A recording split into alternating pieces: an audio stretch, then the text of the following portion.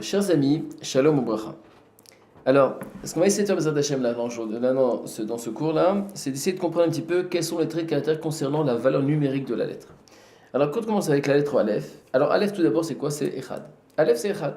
La valeur numérique, la gematria de Aleph c'est Echad. Mais nous savons aussi que Aleph c'est quoi? On a dit c'est Elef. Aleph c'est quoi? C'est Aleph. Comment on écrit Aleph? Aleph Lamed P. Si on prend la valeur numérique de Aleph, la valeur numérique du Lamed et du Pesofite, qu'est-ce qu'on s'aperçoit? On arrive à 111. Regardez, je vais vous montrer. J'espère que notre ami pourra s'en occuper, mais en tout cas, vous avez ici devant vous. Si vous regardez ici, vous avez ici la lettre, j'ai pas un stylo devant moi, mais ici le Aleph c'est 1, ensuite le Lamed c'est 30, et le Pesofite c'est 80. Ça veut dire en tout on arrive à 111. Maintenant, si on rajoute 111 plus, qui veut dire Aleph, parce que c'est le Aleph, mais aussi l'appellation du Aleph, ce qui veut dire aussi Elef, qui veut dire 1000, à ce moment-là, on arrivera, si on rajoute 1000 plus 111, est égal à 1111. Et viennent les Chachamim et nous disent une chose incroyable. Les Chazal viennent et nous disent comme ça, qu'en vérité, 111, ça vient déterminer la lettre Aleph. Ça veut dire quoi? Ça veut dire que 111, comment on écrit 111? C'est 1, 1, 1 et 1, 4 fois 1. Viennent les Chazal et les Chachamim et nous disent 111, non 1111 pardon, 1111, merci beaucoup. 1111 c'est 1, 1, 1 et 1. Donc en vérité, en vérité 1111 vient déterminer les 4 forces de la création du monde. Ça veut dire Kol akochot v'ishtalshelut arba yesodot, dans le nom d'Hachem Yudke Vavke, d'accord, qui en vérité le feu, l'eau, le rouar, c'est-à-dire l'air, et le hafar, c'est-à-dire la poussière, d'accord. Toutes ces 4 dimensions-là qui proviennent du nom de Hachem, de Yudke Vavke, Einan ela echad vekol hamakor echad. Ça veut dire que la source de tout est un. La source de tout est Aleph. C'est-à-dire que dans le Aleph découle en vérité les 4 forces qui est le feu, l'eau, le rouar, c'est-à-dire l'eau, et le vent, et la poussière et la terre. Alors, si on essaie de rentrer un petit peu pour savoir un petit peu, qu'est-ce que ça veut dire tout ça? Alors, si vous vous rappelez, on avait expliqué en vérité que dans toutes ces cartes forces au niveau de l'eau, du feu, de l'eau, du rouach et du hafar, viennent déterminer aussi des traits de caractère concernant toutes ces 4 dimensions-là. Et il y a, vous savez, il y a ce qu'on appelle c'est-à-dire un tableau concernant la gematria des lettres. Alors, je vais vous le montrer ici, j'espère qu'on va vous le montrer de façon encore plus avec une belle couleur, etc. Mais enfin, il est ici sur ma feuille, je vais vous le montrer. Regardez ici, vous avez ici un tableau qui exprime toutes les valeurs numériques des lettres. Il y a une chose qui est remarquable, c'est que quand vous regardez ce tableau-là, d'accord, vous avez ici la lettre Aleph qui représente 1. Et quand on continue encore, on arrive jusqu'à la lettre Yud, ça fait 10. Ensuite, on a le Kaf, le Lamed, le Mem, on arrive jusqu'au Kouf qui veut dire 100, on veut la numérique. Et ensuite, nous avons le Resh qui veut dire 200, parce qu'on passe à une unité, donc on a 200. Ensuite, le Shin 300 et le Taf qui est la dernière lettre. Mais il y a aussi les Sophiot, c'est-à-dire les dernières lettres de l'alphabet, les dernières lettres qui viennent à la fin d'un mot, qui sont le Kaf, c'est-à-dire le Kaf Sophite, le Mem Sophite, le Nun Sophite, le P Sophite, le Tseik Sophite, que eux-mêmes viennent déterminer une valeur numérique. Et dans le tableau, il est rapporté qu'en réalité, le Kaf, c'est après le 400 qui est le Taf, qui est les dernières lettres, donc viennent les dernières lettres qui sont à la fin des mots. Et le Kaf, par exemple, le Kaf Sophite est la valeur numérique de 500, le Mem 600, le Nun 700, le P Sophite 800 et le Tzadik Sophite 900. Et ce qui est impressionnant, c'est juste après, revient le Aleph. Et après 900, c'est combien? 1000. Et on sait que Aleph, c'est 1. Et Elef, c'est aussi 1000. Donc 1 et 1000, c'est exactement, ça revient au même point de départ que le Aleph et le 1, ça revient la même chose. Alors, qu'est-ce que j'ai fait? Je me suis dit, bon, si avec ce tableau-là, il y a une possibilité de comprendre un peu qu'est-ce qui se passe. Viennent les Chachamim et nous devons la son cri. Il nous dit, voilà, qu'en vérité, dans le Aleph, représente, au fin fond du Aleph, représente les 4 dimensions de la création du monde. À savoir, le feu, l'eau, le rouar et le hafar. Alors qu'est-ce que j'ai fait?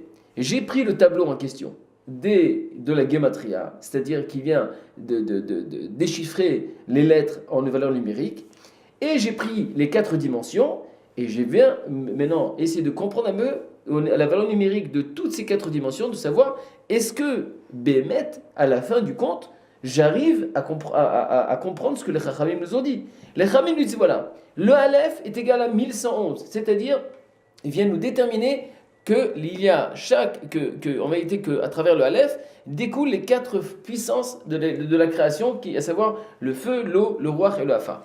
Alors, quand je regarde un petit peu, j'ai fait un petit calcul. Regardez, je vais vous le montrer devant vous. Regardez. Si on prend par exemple la lettre, on va prendre la lettre, le feu. Le feu, c'est Aleph et Shin. Aleph et Shin, vous êtes devant vous, et Aleph est égal à 1. Shin est égal à 300. En tout, combien ça fait 301. Nous allons prendre maintenant le Ruach.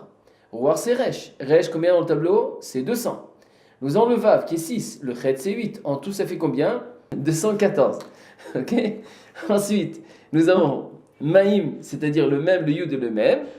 Maintenant, Maïm, c'est combien c'est 40. 10 et 40, ça fait 90.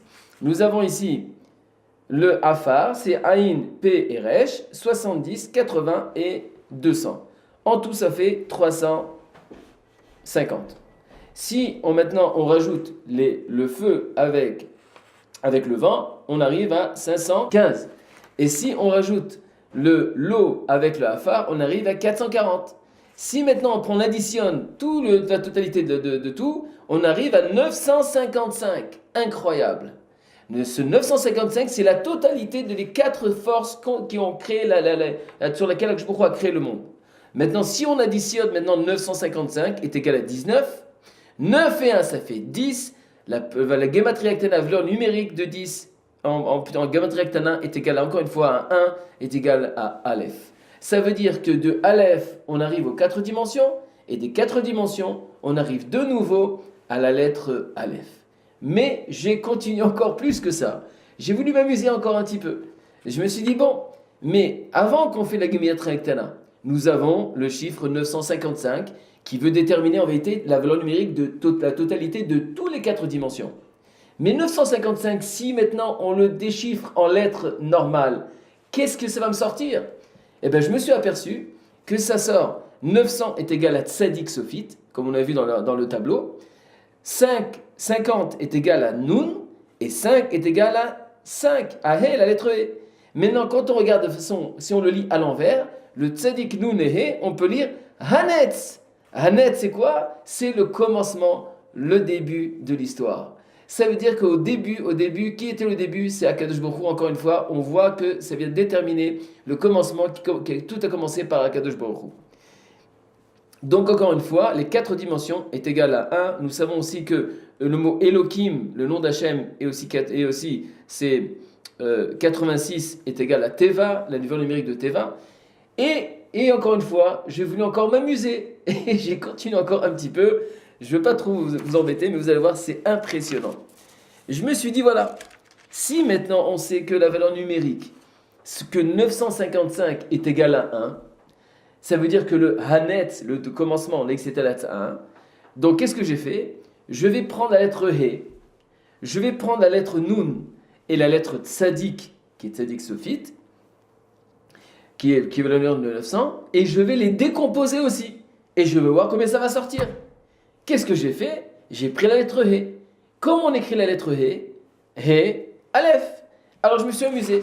J'ai pris le mot Hanetz et je l'ai décomposé. J'ai pris la lettre He qui veut dire qu'on écrit He et Aleph. Et He c'est 5. 1 et Aleph c'est 1. En tout ça fait 6. Ensuite j'ai pris la lettre Nun.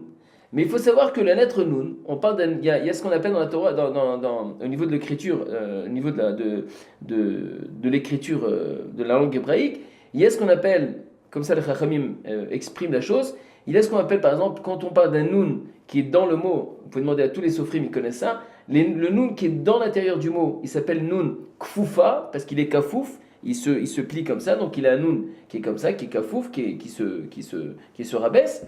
Et quand on parle d'un Nun qui est normal, qui est à la fin du mot, qui est un Nun sophite par exemple, ou une lettre qui est sophite, on l'appelle Pashut. Pashut, c'est-à-dire qu'il est droit. Pashut, c'est quelqu'un qui est droit. Kafouf, c'est quelqu'un qui est mitkofef, c'est-à-dire qui se rabaisse. Alors, si c'est comme ça, il faut aller jusqu'au bout. Alors, j'ai pris la lettre Nun, on parle ici du Hanetz, qui est un Nun, qui est au milieu du mot, qui est Nun Kfoufa, et Je l'ai décomposé encore une fois. J'ai appelé le Nun, c'est Nun, on écrit Nun, c'est Nun, Vav, Nun. Et lui-même, c'est Kfoufa, c'est Kaf, P, Vav, P, He. Et j'ai additionné la totalité de tout. On arrive, Rabotai, en tout à 947 au niveau du chiffre. Ensuite, j'ai pris le tzaddik. Mais le tzaddik, on a dit que le tzaddik, c'est quoi? Il est pas chou celui-là. C'est pas un tzaddik kafouf. C'est pas qu'il y a un tzaddik qui est un tzaddik au milieu du mot, mais il est à la fin du mot. Donc on va l'appeler tzaddik pachout. Donc je décompose encore l'histoire. Je mets tzaddik, dalet, yud et kouf. J'arrive en la totalité de tout. Avec le P, le Shin, le Vav et le T, j'arrive à 599. Donc, si je rajoute maintenant 599 plus 947, d'accord, la totalité de tout, j'arrive à 1552. 1552, parce que ici, c'est 953 parce que j'ai rajouté le 6 d'en haut. Ensuite, j'arrive ici à la totalité de 1552. Quand je prends 1552, j'additionne encore, c'est voir la géométrie à combien ça me sort. Je prends le 1, je prends le 5, et le 5, ça fait 11, plus 2, ça fait 13. 13, si on prend, c'est quoi 13? Echad, Echad c'est 13. Et si ça ne suffit pas, eh bien 3 et 1, ça fait 4. De nouveau encore, du début, on revient encore à la même dimension. Ça veut dire que tout ça, c'est un cercle qui va, et en vérité, c'est Akadosh Baruch Hu qui est Elohim, qui est Ateva. Akadosh Baruch Hu qui est un, c'est lui-même la dimension de la nature qui vient. Et tout revient à la nature. Hachem qui englobe le monde entier. Alors, si on veut essayer de comprendre un petit peu, de déterminer un petit peu quels sont les traits de caractère qui sortent justement de cette valeur numérique, de cette maîtrise, en vérité, c'est qu'à travers le Aleph Rabotai, le Aleph englobe énormément d'énergie. Non seulement une énergie de puissance, de gestion, de gestion, de contrôle, etc.